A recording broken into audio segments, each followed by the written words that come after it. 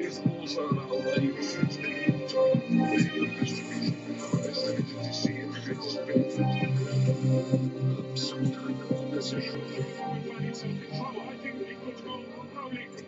middle way and try to find something with the their friends were emotionally charged with the past. Is to try and create this realistic opposition to meet ever shorter deadlines known as beat the clock.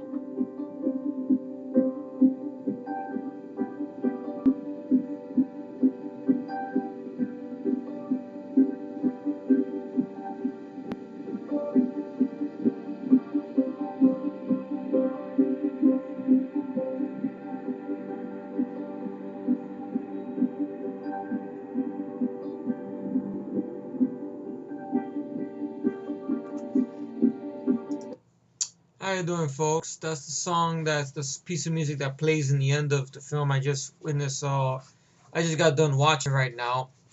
That's "Isolated System" by Muse, which I do. I always liked it. Muse's music.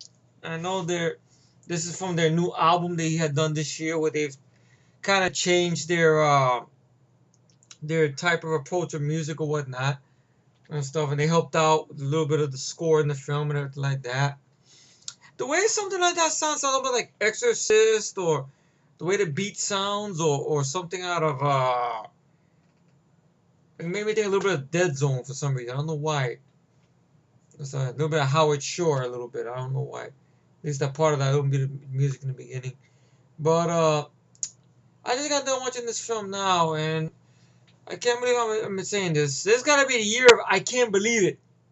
Because movies I've looked forward to, I've been let down by. Movies I had no hope for, I was surprised by. So, this is one of those films that falls into that fucking list. World War Z. I enjoyed the movie. Can't believe it! And it gets worse, too. I can't believe I'm saying this. I can't believe it. Say it! Okay. I actually like this more than Battle of the Damned. What was that, Effie?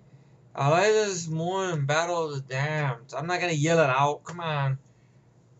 I mean, Dolph is not the problem with that film. The problem with that film, it needs the budget this movie got. This movie was $190 million budget. That's a lot of money for a zombie outbreak film on a global scale. If Dolph had the budget this movie had, I think Battle Damned would have been just as epic as this. But it worked. Because PG-13. I understand that. I know. That's probably the downside of the movie. I know. But I know. I figured if they made this R-rated, it would be great. But I guarantee it wouldn't get the budget that it got. Because they're not going to throw $190 million at an R-rated film. I mean, studios are not crazy, basically. They're going to go for half of that and give the money away. Because R-rated film now is like the kiss of death. To find out in the theater or whatnot. You'd be lucky you find a good one or whatnot. I saw the unrated Blu-ray edition that was online, that streamed. I heard it's not much, it's a little bit more. And the film was directed by Mark Foster. Mark Foster, I'm not mistaken, I think he directed one of the Bond films. Right? Let me see. I want to make sure which Bond film did he.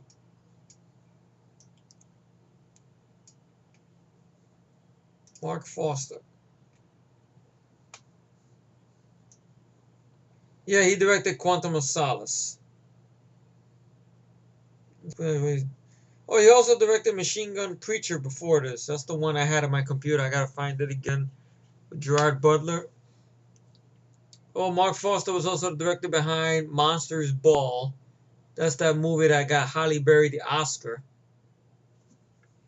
Good acting performance. She deserved it. She really did. Yeah, he directed Quantum of Solace, which that's a Bond film everybody hates. And this film, a lot of people don't like the film and everything like that. I can understand maybe because they say because the trailers for the film were horrible. I will admit that. And it's like that. Now Brad Pitt as an actor, There's a handful of these films I enjoy. I do like them. Interview with the Vampire. I did. Fight Club is my favorite character, Tyler Durden. He's great in that. Seven, I gotta see all the way through. Uh, Other stuff he's done here and there. And excuse me one moment, I'll be right back. Okay, I'm back. Sorry about that. Nature called once again. But getting back to this here, there's not gonna be no spoilers in this and nothing like that. Because I know some of you guys maybe haven't seen the film yet. I want to leave it vague, so you want to give it a shot. Like I said, the one I saw was the unrated Blu-ray edition, because it's only on Blu-ray, the unrated cut. It's not on DVDs or whatever. And it's a little bit more stuff. It's not much or whatnot.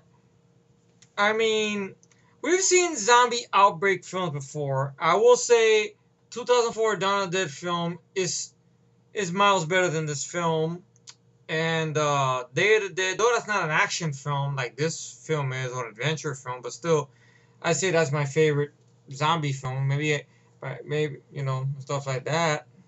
It's still my favorite zombie movie from Romero and everything. But this is taking it to a bigger scale, which I liked at that. It took it to a bigger scale. Now, I know in trailers I've seen, reactions I've done, from far away shots, like when you see the impossible shots, like the side where the zombies are climbing up this wall, those are CGI.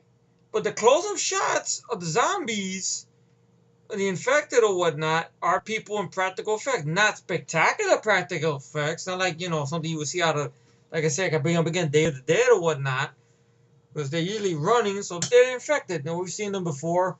I would say the infected ones and the 28 films, I think, look better. Because that's more R-rated. What it has to be, but it's still a good film. Basically, as a movie starts out with a little montage for the opening credits and everything like that. Hearing about the world and stuff like that, like news clippings and stuff like that, things that are happening here and there in the world. And then we're introduced to Brad Pitt's character. Brad Pitt was very good in the film. In the trailers, it made it like he's motionless. But in the film, he's motion, I'm not saying for him to go, ah, like screaming like that, but he shows emotion and everything like that. He's a character, a few words and everything, but when the time comes to what he has to do, he does what he has to do. He plays Jerry Lane, Lan, who is a United Nations employee.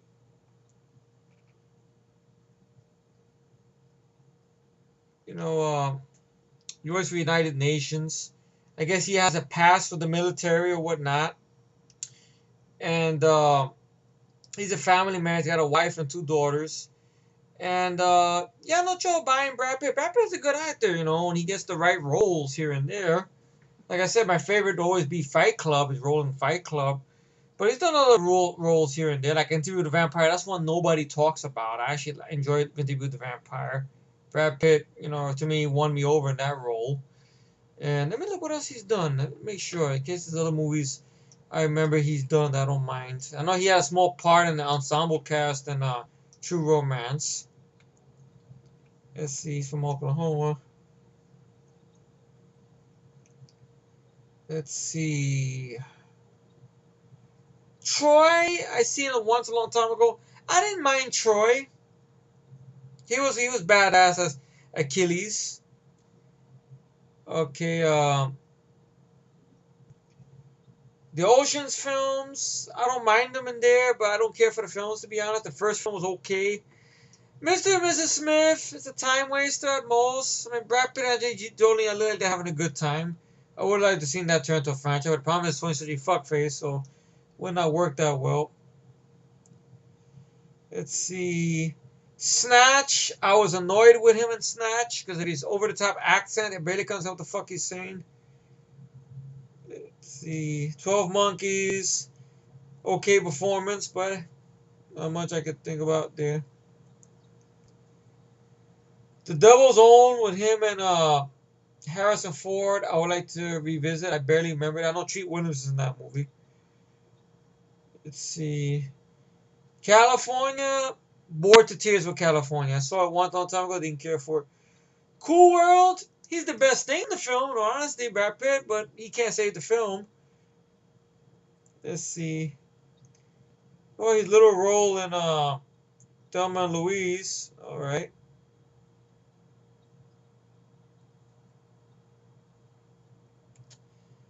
Legend of the Fall. Trailers didn't do nothing for me. Sleepers, that's another one that trailers didn't do much for me. The Mexican, that's with him and Julia Roberts and the late James Gandolfini.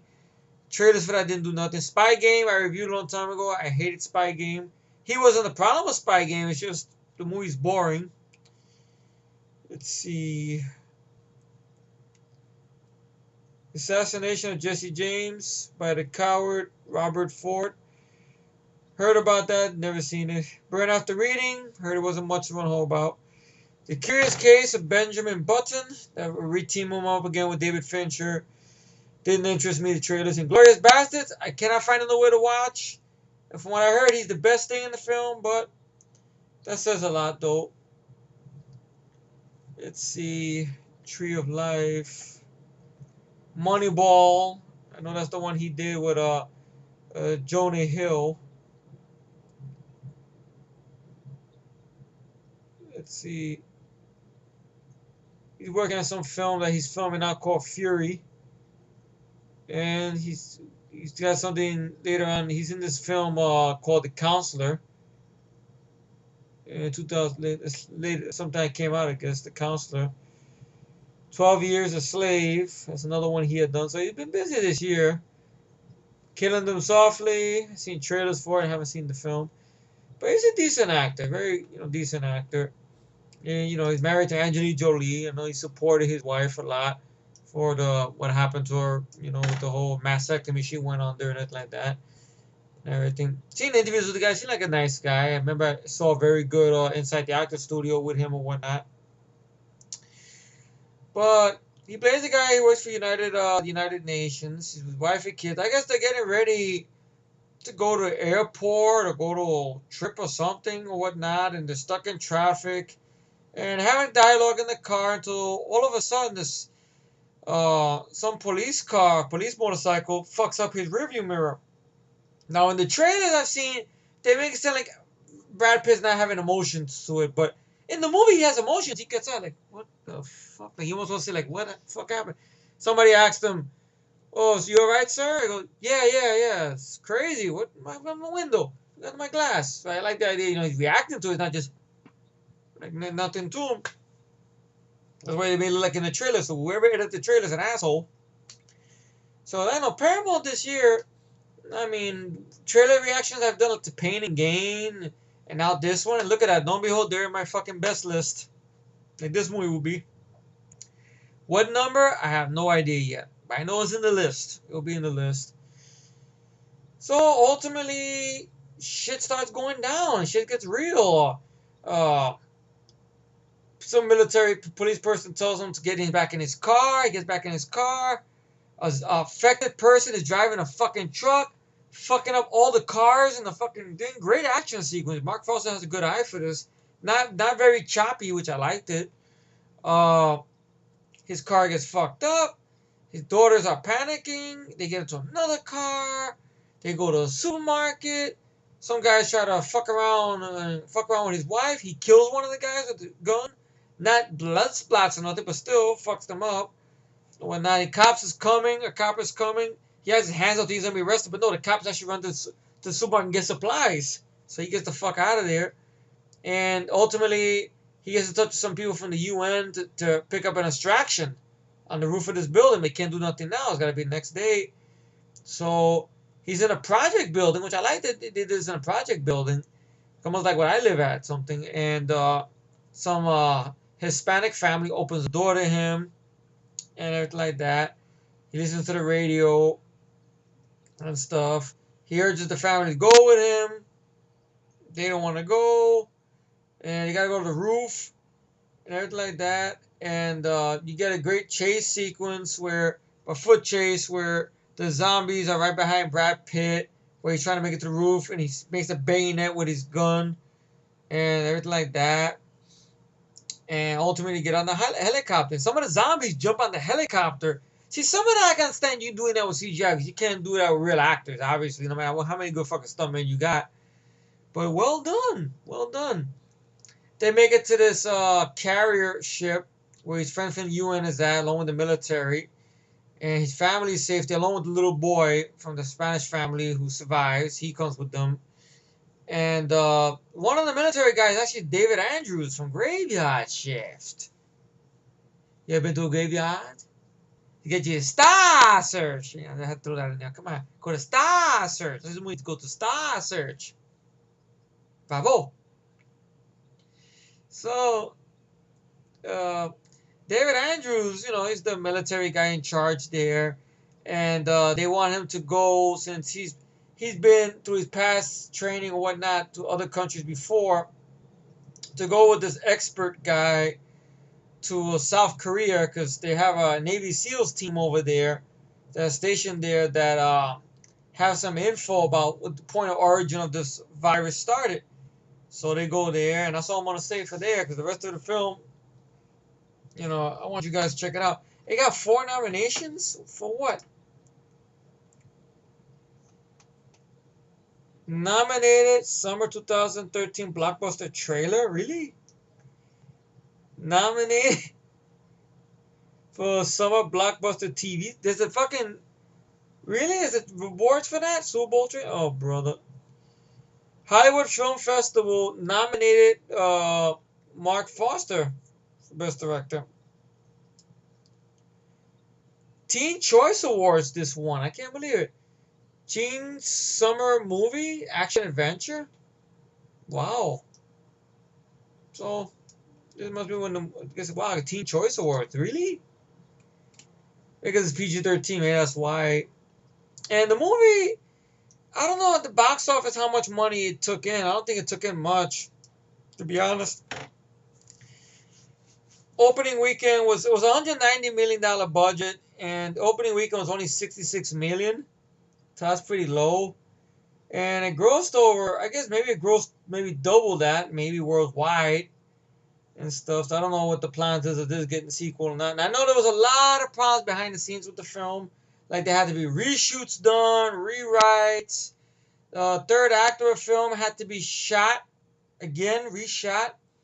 Because there was a third act involving Brad Pitt in Russia, in Moscow, with a battle sequence or whatnot. But I guess, I don't know, it seems a little bit of a grim ending. So, but they don't have that alternate third act is not on any features on DVD now, because Paramount doesn't want to show it to nobody. I don't know why. I think it was in one of the worst previous articles before. I should have read it, but I didn't care. But now I do care why they won't show it.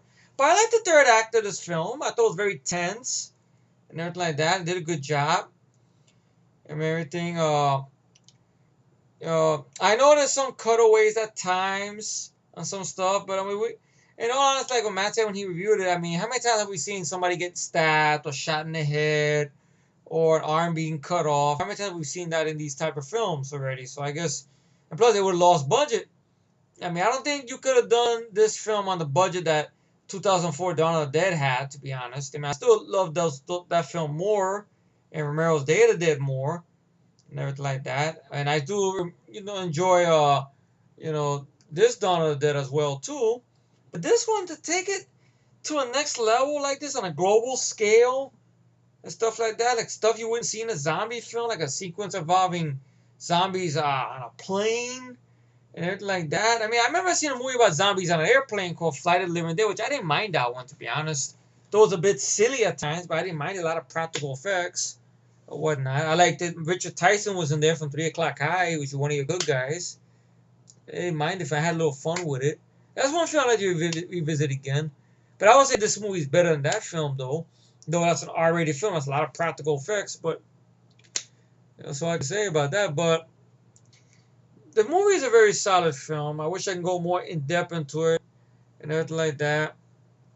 I don't know. I've been burned out lately doing epic long reviews with a lot of stuff and everything like that. So Plus, I wanna be vague on it, so you guys can give it a shot or not. Who knows? Maybe one day in the past, in the future, maybe I'll do an epic long review of it if I get it in my collection or whatnot.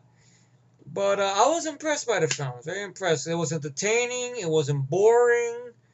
And I recorded this the same day I seen the Carrie remake. Maybe that's why I thought it moved at the better pace. It got the job done for what it had to do and everything like that. And the money is on the screen to take the zombie invasion thing to the next level and stuff like that, to show it like all over the world how is it happening and everything like that. That's great. But I have to rate the film. Did I find any problems with it? To be honest, uh, not really. I was entertained. So if anything, 10 out of 10 the rating for the film. Good direction by Mark Foster. The cast does a good job. You see David Morrison there from Drive Angry, from The Rock. He was your bad guy, your bad cop in 16 Blocks. You've seen David Morrison in a lot of films. He was in The Negotiator. Look him up. He's in the film a little bit. I was happy to see him. And oh shit, he's in this film too. He has a very disgusting scene involving teeth. You've seen the film, you know what I'm talking about. Like, ooh, ooh, ooh. So you get a little bit of some tension there, stuff like that. I don't know, maybe because the unrated version I saw or whatnot. But thank you all for tuning into this one, and you all take it easy and have a good night. I don't know when this will be uploaded. Who knows? Maybe I'll upload this sooner to get out the way and stuff. And you all take it easy. Later.